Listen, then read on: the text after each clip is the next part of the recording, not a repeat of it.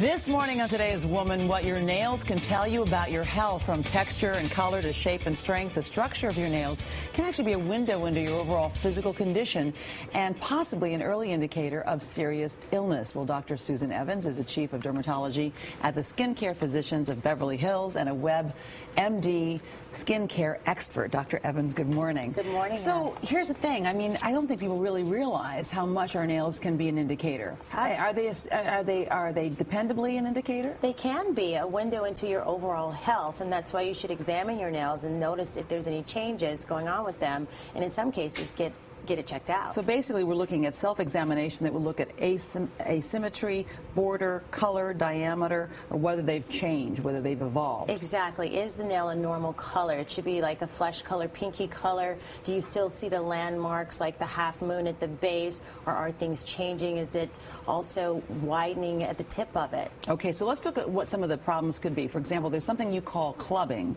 which I'm not sure what it is, first of all. Clubbing is when the very tip of the finger actually expands and gets wider and relative to the rest of the fingers, so you actually reminiscent of a club, and it's due to the widening of the fingers so that the body can try to get more oxygen and to what the tips. illness is associated with that? Well, this is pulmonary problems with getting oxygen, and also congestive heart failure, some other problems getting blood to the tip of the fingers. There's also something called pitting.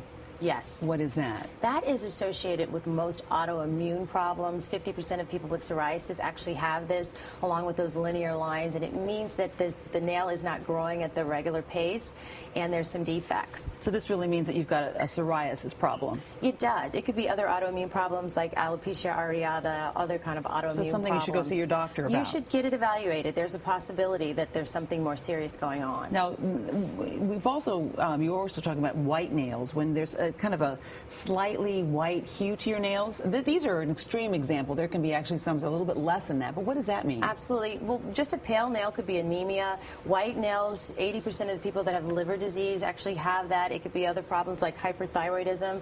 It's a workup because there's other things that can cause it, but it should be investigated. You have a little mannequin, a hand mannequin here to kind of give us another couple of examples. Something, for example, when you have a yellow-green color to your nail, that could indicate what?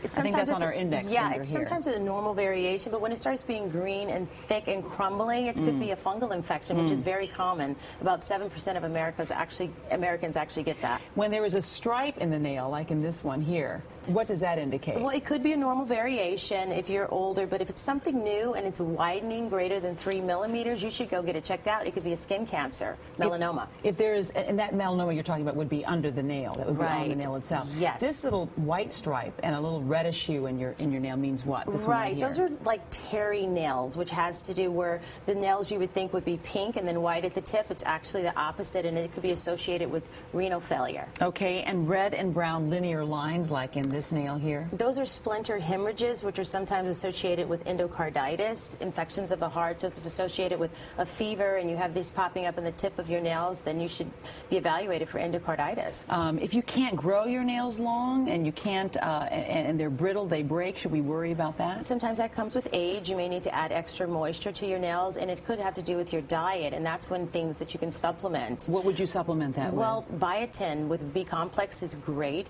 Vitamin E is also wonderful, and iron is another great thing to make sure that it's not a result of anemia. So bottom line is, if we see something unusual about our nails, when we go into should we make a special appointment to go see our doctor? Absolutely. If you see a change in your nail, it could be an indication that something serious is going on inside. And as we all know, early detection is always very, very helpful. It makes all the difference. Dr. Susan Evans, thanks so much. It was my pleasure. And eat almonds, apparently. Yeah, it's great. It's always healthy.